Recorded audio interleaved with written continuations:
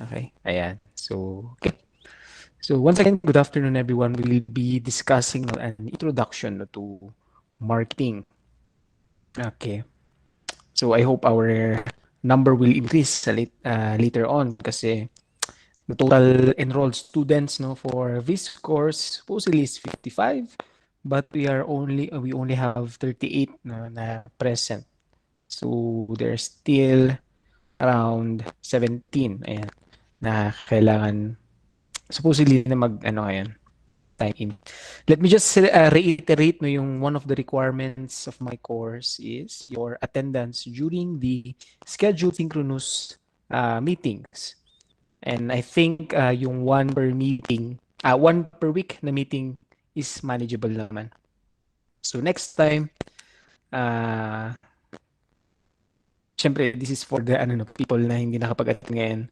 When you are watching this recorded video, you need to attend. No? You need to attend our synchronous activities.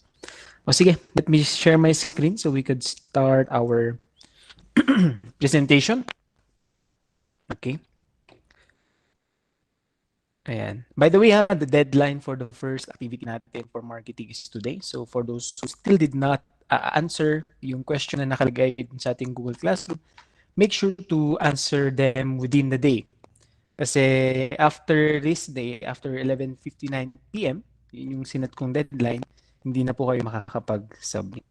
Okay? So make sure to accomplish later after nitong discussion.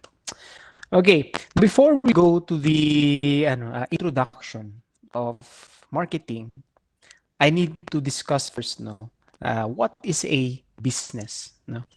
Of course, as an entrepreneur student, you have a general idea of what is a business. Pero let's see if you have the right idea about a business. No? And later on, we will relate it to marketing. So we will try to answer the first 4 questions muna. First is what is a business? Second, why do we need businesses in the Philippines? Third, what are the benefits in pursuing a business? And fourth, what are the types of businesses I can pursue? Now, these 4 topics will be very essential, especially for you entrep students. Bakit kaya? Kasi I believe that some of you medyo may doubt pa no sa course na BS Entrep. No? Hopefully, by the end of this session, we will try to remove those doubt. Okay? So, let us first define what is a business. Ayan. Okay, so what is a business? By definition, a business is any entity that seeks to profit from an economic activity. And what is an economic activity? This is an activity that involves trade or exchange, okay, between the supply side and the demand side in economics. Okay, if we are a business, we are an entrepreneur, we produce goods or services. Therefore, we are on the supply side. The customers now will come from the demand side. Ayan. So, how does the demand and supply meet? Diba? Through exchange. We will give our products or services to the customers. In exchange, they will give us yung legal tender, no, equivalent legal tender value doon sa ating product or service. Okay? Pera. When you say legal tender, it is the currency within a country. In the Philippines, syempre we are using the Philippine peso. So if you are trying to sell goods, it should be, babayaran sa atin is peso. Ayan. It should always be the legal tender. Sir, can the customer pay in dollars? Okay. Now, the problem, if you are a business who is accepting ng hindi legal tender or other currency, lugi ka dun sa fluctuations. Di ba? The exchange rate of money, exchange rate of currencies between countries, it fluctuates every second. Okay? So, let's say if they paid you in dollars, the value of the dollar now might not be the same later. It could be higher or it could be lower. So, it is fluctuating. That is why we should always accept yung legal tender, the currency used for a country to avoid yung losses na ganyan. Anyway, this is an economic activity. In the process, there are several key ingredients needed to support an economic activity or ingredients to run or operate a business. Now, these items are called as the factors of production. Okay? So what are the factors of production? These are the different resources a business need, no, for operations. Traditionally, we have three factors of production. Let's start with the first factor or resource. We have the human resource. Okay, listen. A business cannot run without people. Okay? A business cannot run without people. Sir, what if ako lang naman yung nasa business ko, ako lahat-lahat? You are still considered as a person. Therefore, you are a human resource. Eventually, if you want your business to grow, di ba? If your business is growing, you would be hiring more people. Di ba? It is very essential. How about the second resource? We have the natural resources. These are now the resources that will come from nature or your raw materials. If you have a business, let's say food-related business, you are producing food or you are a restaurant with producing dishes. Ayan. So what are the raw materials then? Your ingredients, ayan, your ingredients will come from nature. Diba? Vegetables will come from nature. The meat will come from nature. And every raw materials used will come from the nature. Okay? And the third resource is, of course, very important, your financial resources or your capital. Okay? You cannot put up a business without capital. So where does the financial resource will come from? It could be from your savings or it could be from banks or financial institutions through business loans. Okay? Ayan. Which I think ito yung medyo nahihirapan ng Filipino entrepreneurs, no, to find yung financial resources. Okay? But in today's trend, there is a fourth element which is very, very important. That is now the entrepreneur. Yung kayo. Okay? Since you are entrepreneur students, your role as an entrepreneur is very important, no, in maximizing the factors of production. Kasi the proper decision making on how to manage these different resources will always come from the entrepreneur. And we need to have the right decisions. No? That's why you are studying for 4 years, no, in BS Entrep, for you to make the right decisions. Okay? So, sa human resource, what would be the decision made by the entrepreneur? Okay? Sabi nila, the human resource is one of the hardest resource to manage. Bakit kaya? Let's admit si Presi. O si. Alright. Why is the human resource the hardest resource to manage? Okay? Dahil, human resource, you have to do the following things. You have to keep them happy. You have to keep them motivated. You have to keep them well compensated. Okay? Which is, you should balance those three, no, for them to give their 100% productivity. Okay? 100% productivity. What if we have we are a bad entrepreneur giving wrong decisions, no? We badly manage our human resource. Ano mangyayari? One is hindi nila bibigay yung 100% productivity. No? Tatamad-tamad sila sa ating business, or worse, they would resign or magsa-strike. Yung mag-strike is you will have to stop operations. Walang kita. Again, you have to make the right decisions, no, when it comes to managing your human resources. How about for the natural resource? No? What is the role of the entrepreneur in managing the natural resources? This is one of the most scarce resources then. Kasi nga, raw materials from nature are now very, very limited, very, very scarce. So, the little raw materials we gather, we must make the products with the highest quantity and the highest quality. Okay? Limited resources, pero we should maximize, no, the use of these resources. That is the right good entrepreneur, no? But how about a bad entrepreneur? Some bad entrepreneurs is they are uh, over over consuming yung natural resources. I guess you have heard, siguro napapansin nyo sa mga news, di ba, there are some developers gusto ipasemento lahat. Ayan. Yung mga palayan, yung mga lupa-lupa, gawin nating subdivision. Now, that is a bad move, no, for an entrepreneur kasi, again, natural resources such as land is very limited. No? Puputulin natin yung mga puno, paggawan natin ng subdivision. Now, the problem with that decision is, a tree, kung magpuputol tayo ng puno, it would only take minutes. Pero if we will try to plant at tutubo siya sa fully grown tree na naman, it would take years. It might be decades. No? So, again, we must control no, on the consumption of natural resources. Oh, how about the financial resources? Again, the entrepreneur plays a big part no, in managing financial resources.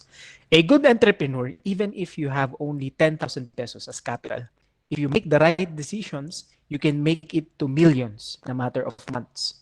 It's all about management. But if you are a bad entrepreneur, your parents gave you 1 million pesos. If you cannot manage that money, that 1 million pesos can turn into 100 pesos in a matter of day, in a matter of one day. Okay? If you make wrong decisions.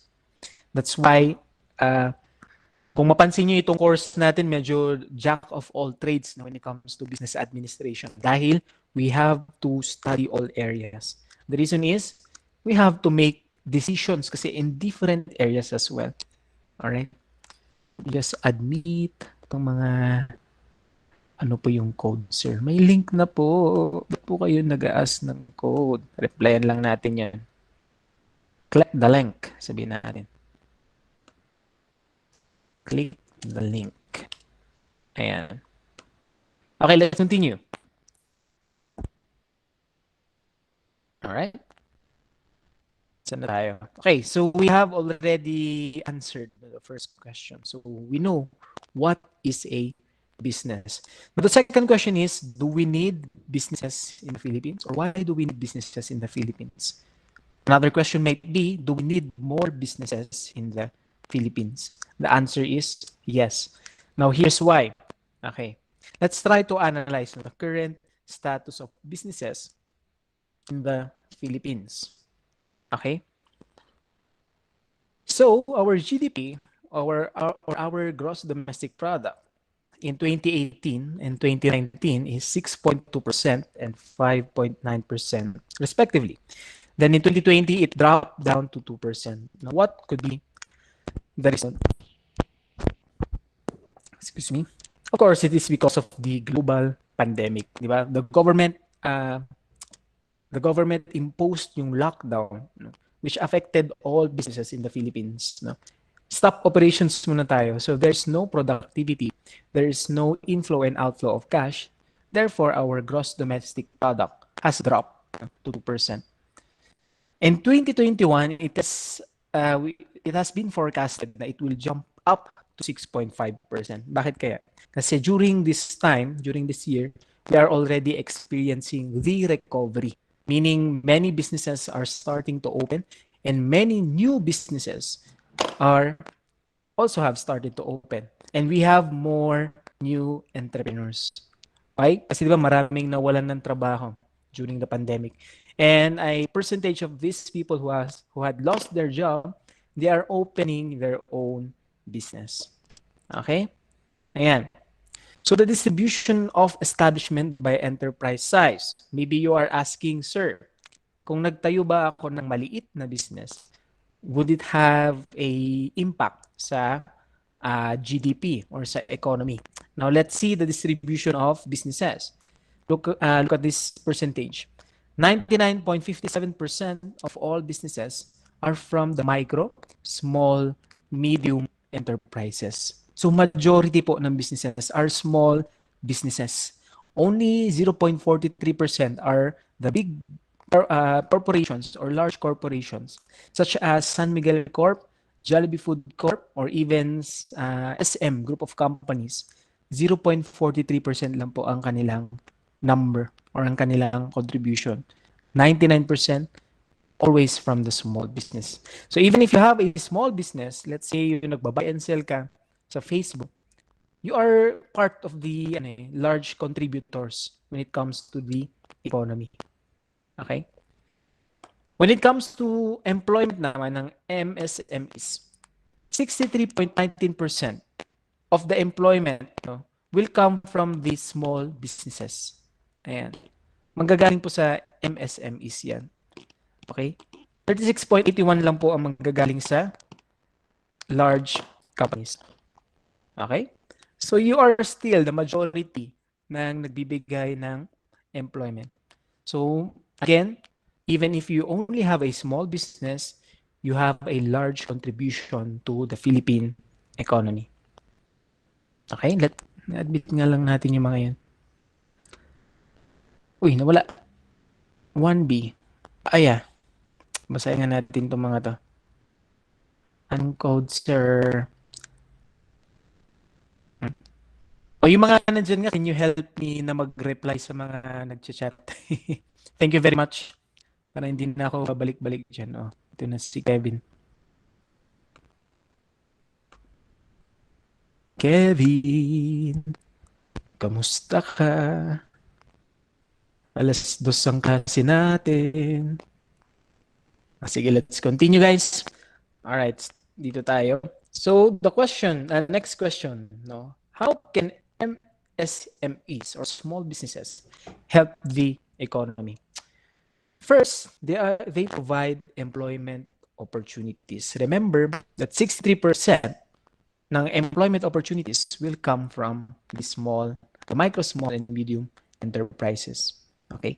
Especially nung nakaraan na pandemic, ang daming nawalan ng trabaho. Okay?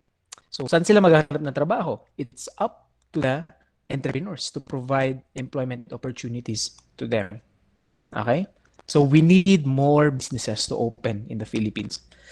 How about innovation and competition? Who will benefit from competition? It is always the consumers. Now, I'll give you an example.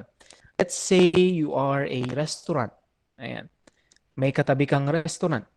Diba? Limited lang ang inyong mga customers. Diba? Usually, kailangan yung mag-compete with one another. So, how will you compete with the other restaurant? By offering a better product, a better ulam, let's say ulam na, okay, with quality and quantity at a cheaper price as compared to your competitor. Most likely, your competitor will do the same by offering the better product with the lowest price possible, and mag-back and forth kayo until your product is nag-i-improve na ng unti-unti. At yung price mo will be much, much more affordable for the customers. Again, the one who will benefit is always the customers. Okay?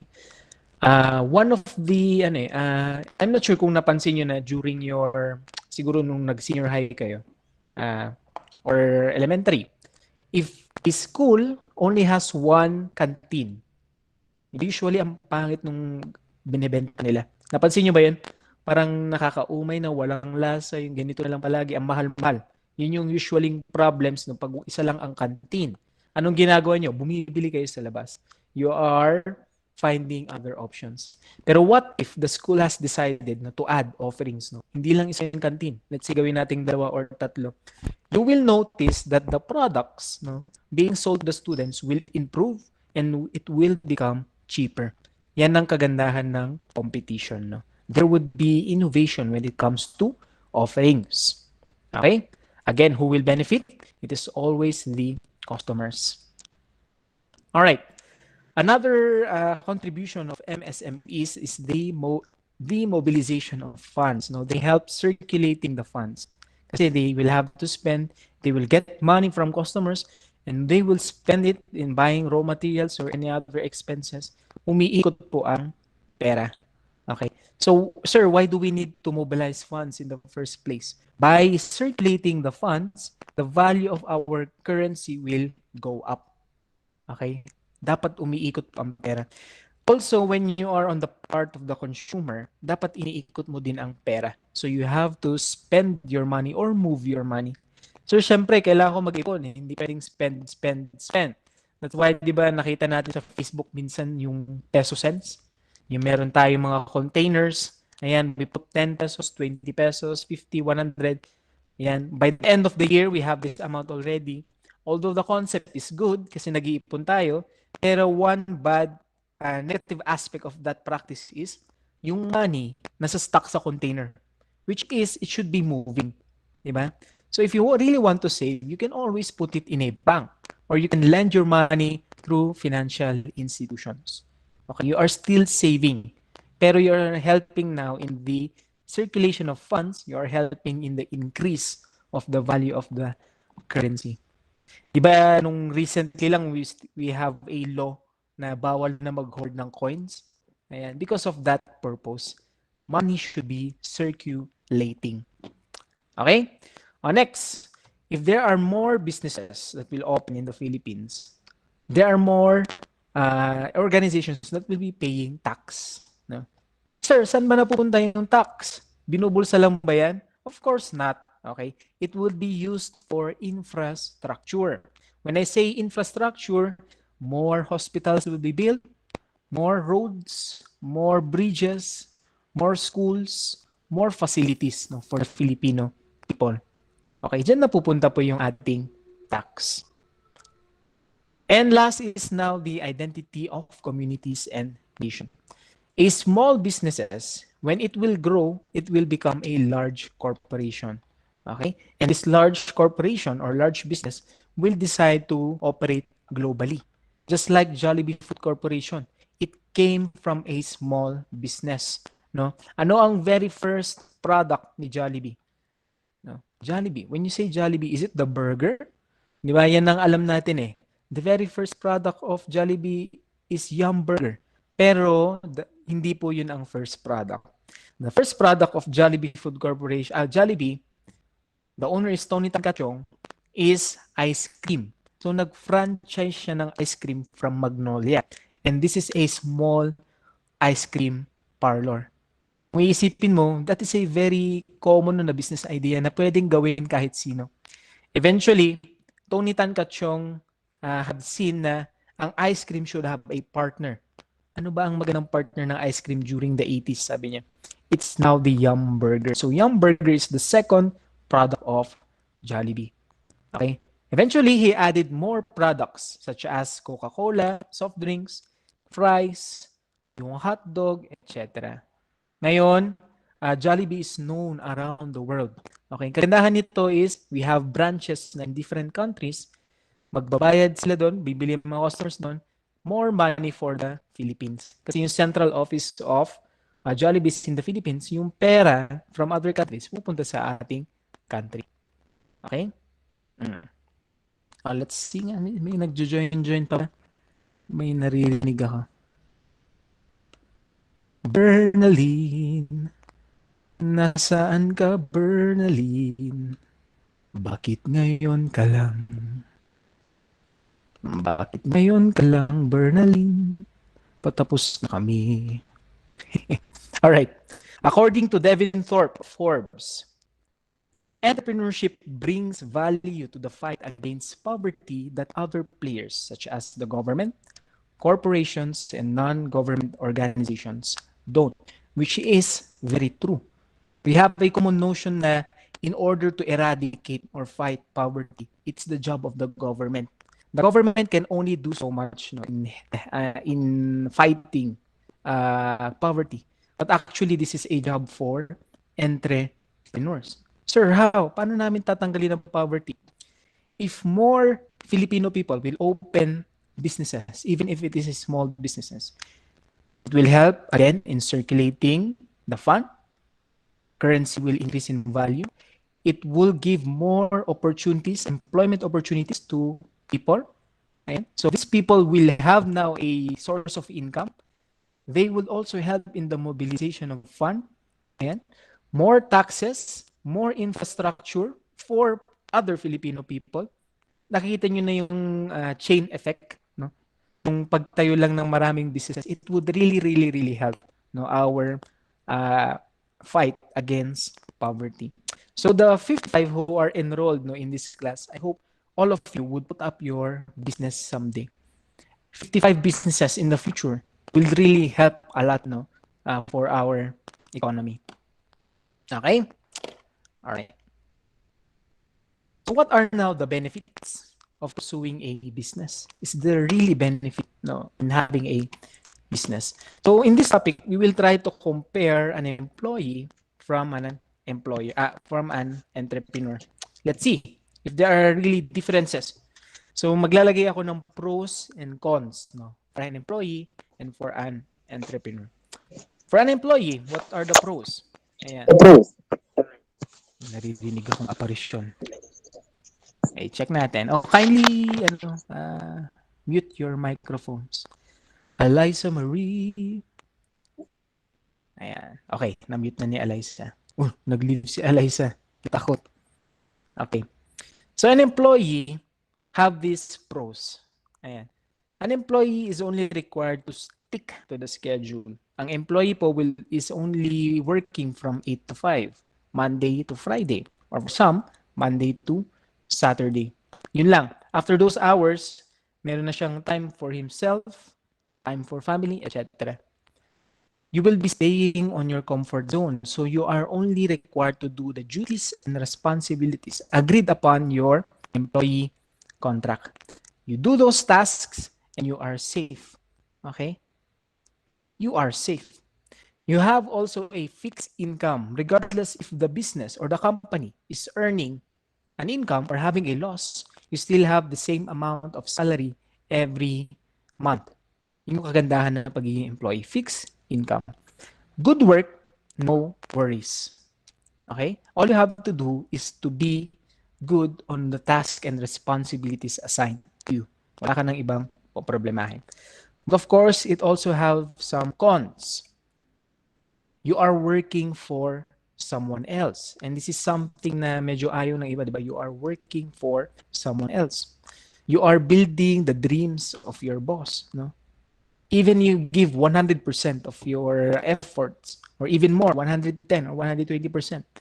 By the end of the day, yung boss mo pa rin ang nagkakatao, ang nagbe-benefit. Okay? Trying to climb the ladder is one of the hardest thing to do as an employee, di ba? Sometimes we want to get promoted, we want to become assistant managers or even managers. But the path, yung path dun, could be very, very hard. No? And sometimes it would not be available for everyone. What if gusto mo maging manager dun sa kumpanya mo, pero may manager naman? Anong gagawin mo? Are you going to wait that this manager will resign or die? No, worse. Siyempre, you have to wait na maging available yung position, which is sometimes will not happen to some employees. You will always depend on your boss, so all decision making will come from the boss. Whether it may be positive or negative, you have to follow your boss decision. Okay? And you work to leave the weekend. No? This is the cycle no, na ayaw ng mga employees. Kasi di ba, they are working 8 to 5, 5 days a week or 6 days a week just to live sa weekend. No? Doon na lang minsan yung time nila. Especially for some employees who are always working overtime. Yung 2 days or 1 day na day off, doon lang, feeling nila, doon lang sila nabubuhay. Okay? Ayan. How about an entrepreneur? Let's try to analyze the pros. Okay. You are your own boss, which is good. You are building your own dreams. Setting your own working hours, especially if the business is already established. You have hired the right people for the right job. The person who can manage your business for you. Even if you will not go to your business, it's okay. Or kahit late kang dumating, it's okay. Kasi you are the owner. Full control and ownership. So all decision making will come from you. You will create jobs for the community. Again, you are helping with unemployment. Okay, one of the best pros of being an entrepreneur is the potential for unlimited income, which means that if you have reached the momentum of the growth of your business, you will still be receiving income even kung ayaw mo. Okay? Which is something na gusto nating lahat. No? Meet other people with the same interests and of course the excitement no, of building and managing your own business. But of course, an entrepreneur has negative sides then. Number one is you must always discipline yourself. You must create a schedule, a daily schedule, and you must commit to the schedule. It is something na minsan na hindi natin nagagawa. Okay, especially for young people, no, yung uh, discipline yourself pa lang.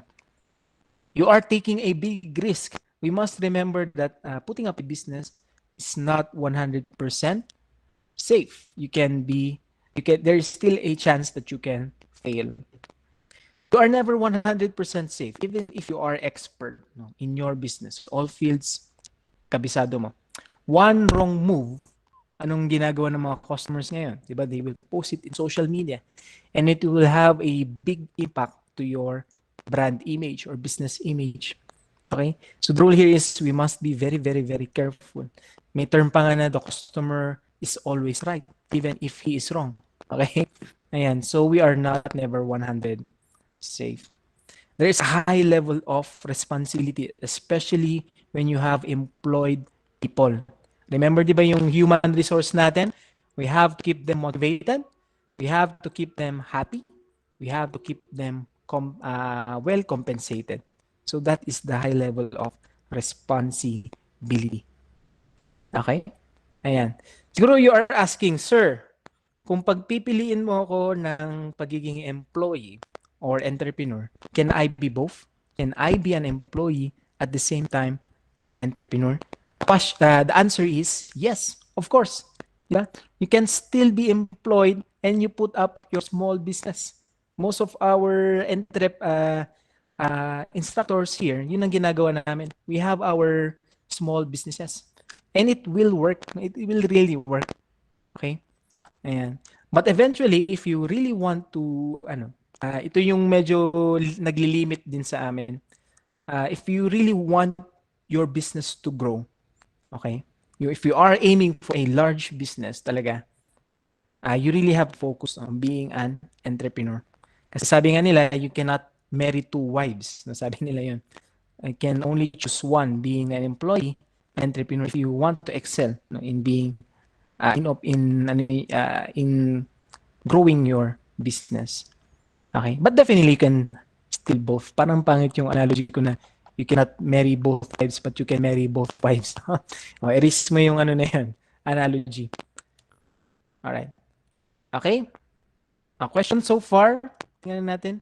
If you have questions, so you just type in dito sa ating chat box. I will try my best to answer. Okay. So far, no questions. Ayan. Balik tayo dito. Okay, now let me tell you the story of this person, no? Henry C., the owner of SM. No?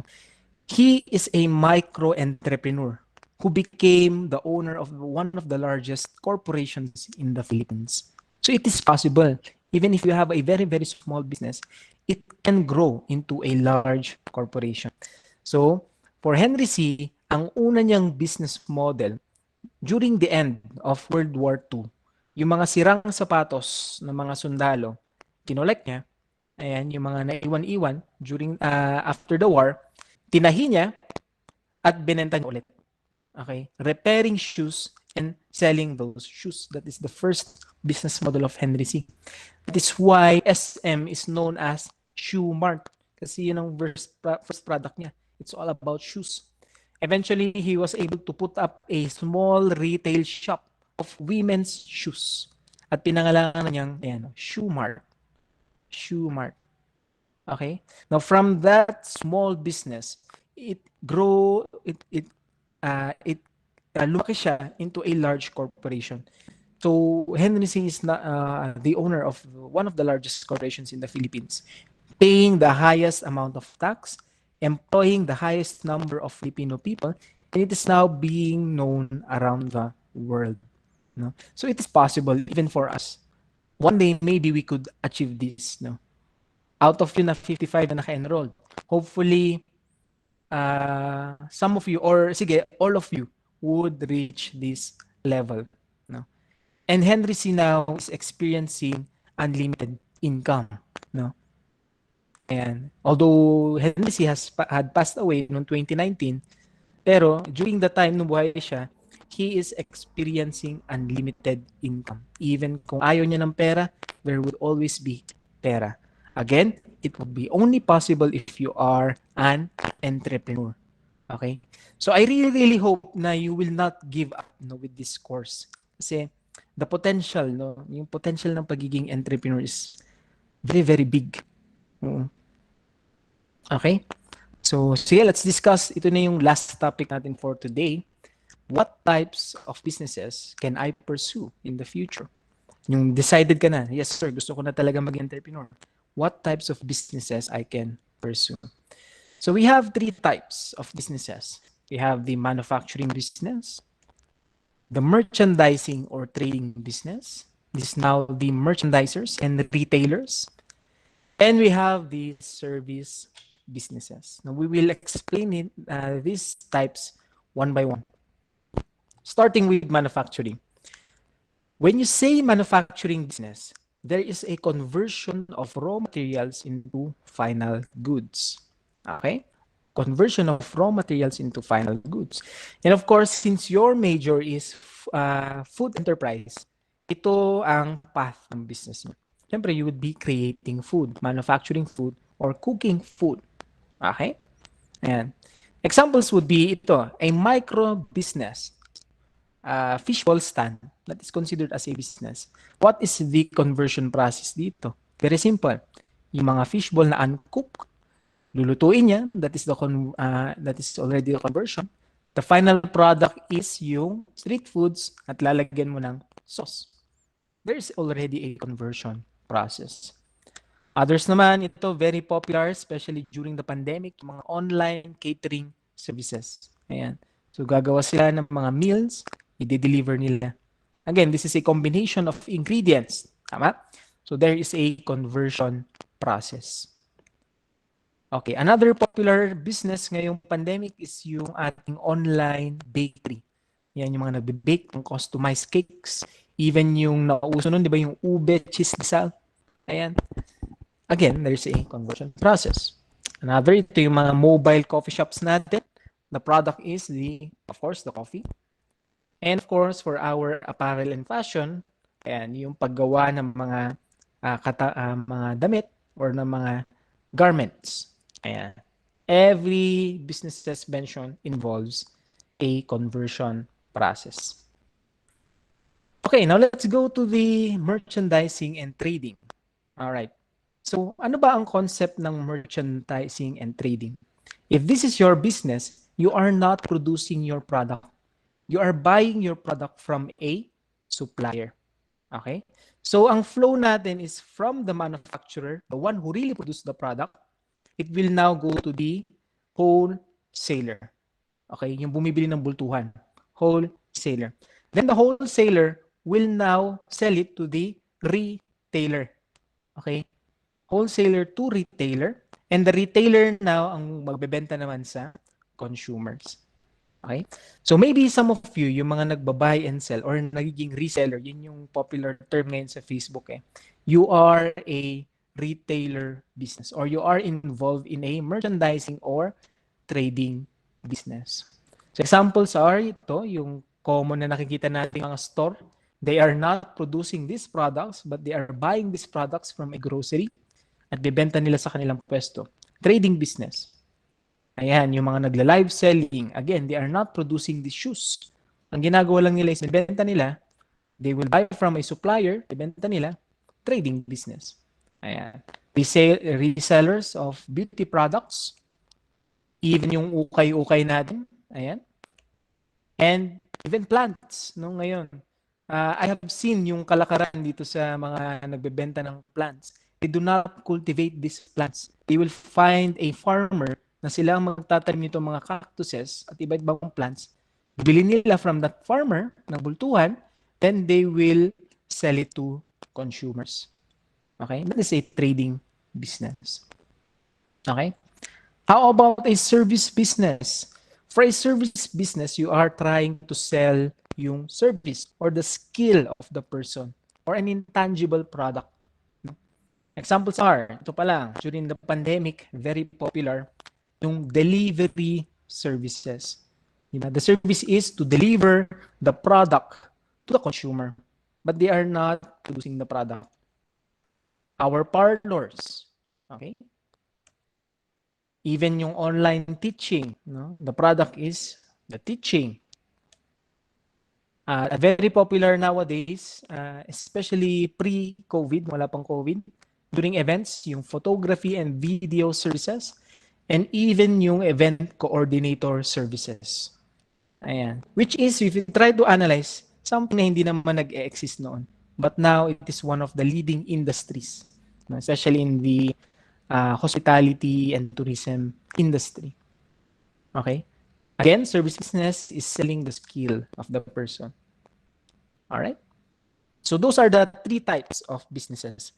But for the government, they also have types based on capitalization. And when you say capitalization, this is now the total assets of the business. If you try to add everything, if you try to value everything that the business owns, yun yung capitalization. So if all of your assets is only less than 3 million, you are considered as a micro enterprise. 3 million to 15 million, small enterprise, and 50 million to 100 million is medium enterprise.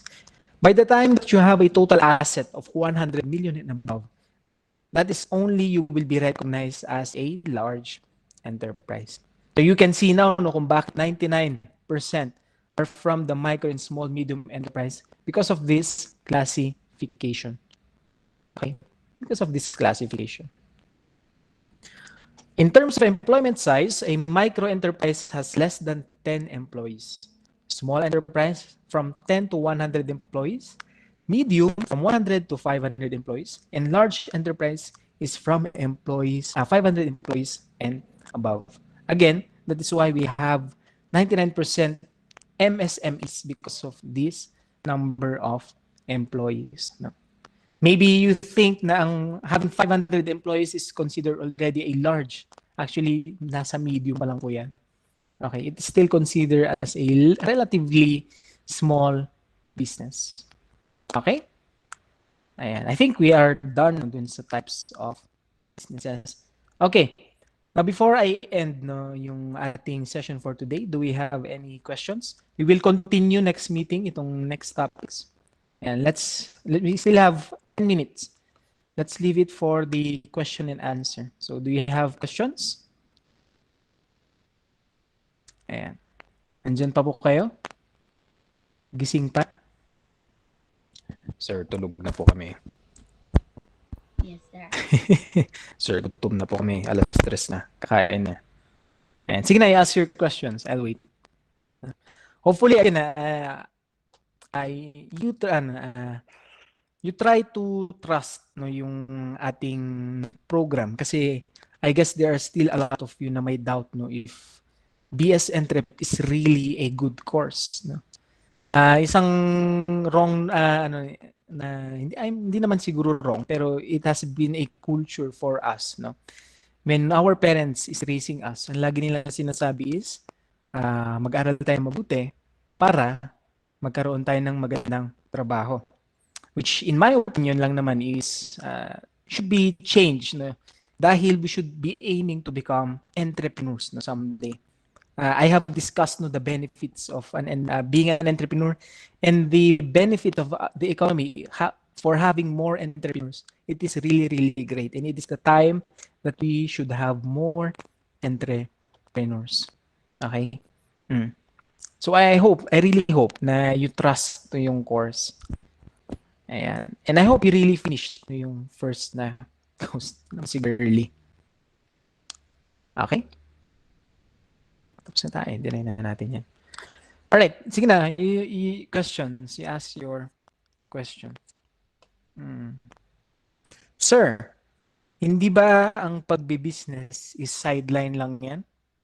Pwede naman akong maging teacher. Pwede naman akong maging employee na ibang course ang kukunin ko tapos i-sideline ko na lang ang business.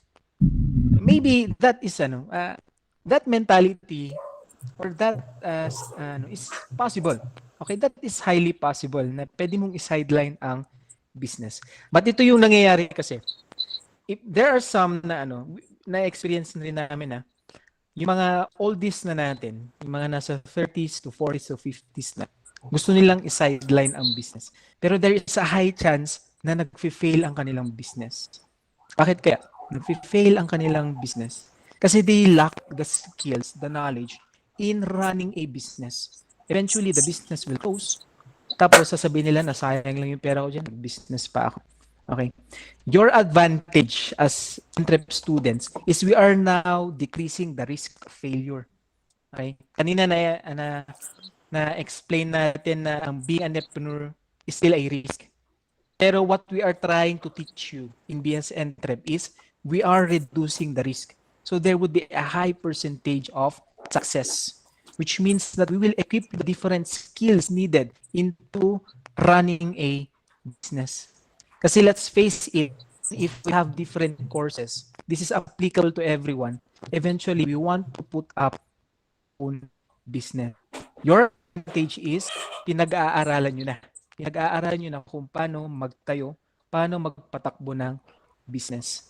Kaya I repeat myself kanina, give this course a chance. Kasi it would really, really help you if your goal is really put up a business. O, tinawanan na tayo ni Cleof. Alright? So again, someday, 55 businesses in the future would really, really help the economy. No? Sa tingin nyo, small number lang yan, pero it would really, really have a big impact. Okay? Yes, Clarice.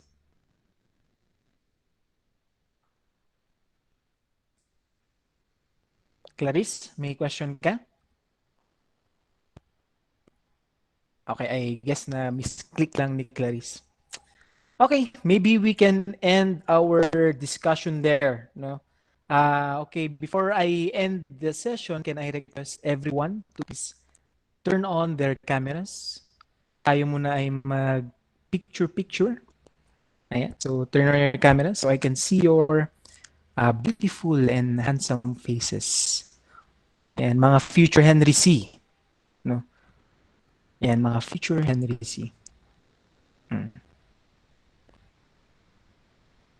Alright. Ayan. Hopefully, before you graduate, sana talaga maibalik ang face-to-face classes. Maganda ang course na entrepreneurship if we are on field talaga. Ayan. Okay. Others, sige na, you turn on your cameras at ako'y mag-screenshot. Let me just prepare my screenshot. Ayan. Ayun. Sir, di ako naligo. Okay lang po. Hindi ako nagsuklay. Okay lang po. Sorry, sir. Hindi ko ma-open. May buhat kasi ako. Okay lang, Karina? Alright. The count of 3, you give me your best smile. Ayan. Bawal kiligin. Kung nakita nyo yung crush nyo sa mga ibang screen. Okay. 3, 2, 1. Smile. Alright. Okay. So thank you everyone for attending the class. I will see you in our next synchronous meeting. Have a good day. You can log out now. Thank you, sir. Thank you very much. Thank you, sir. Thank you, sir. Bye, sir. Thank you, sir. Thank you, sir. Thank you. Bye, sir. Goodbye.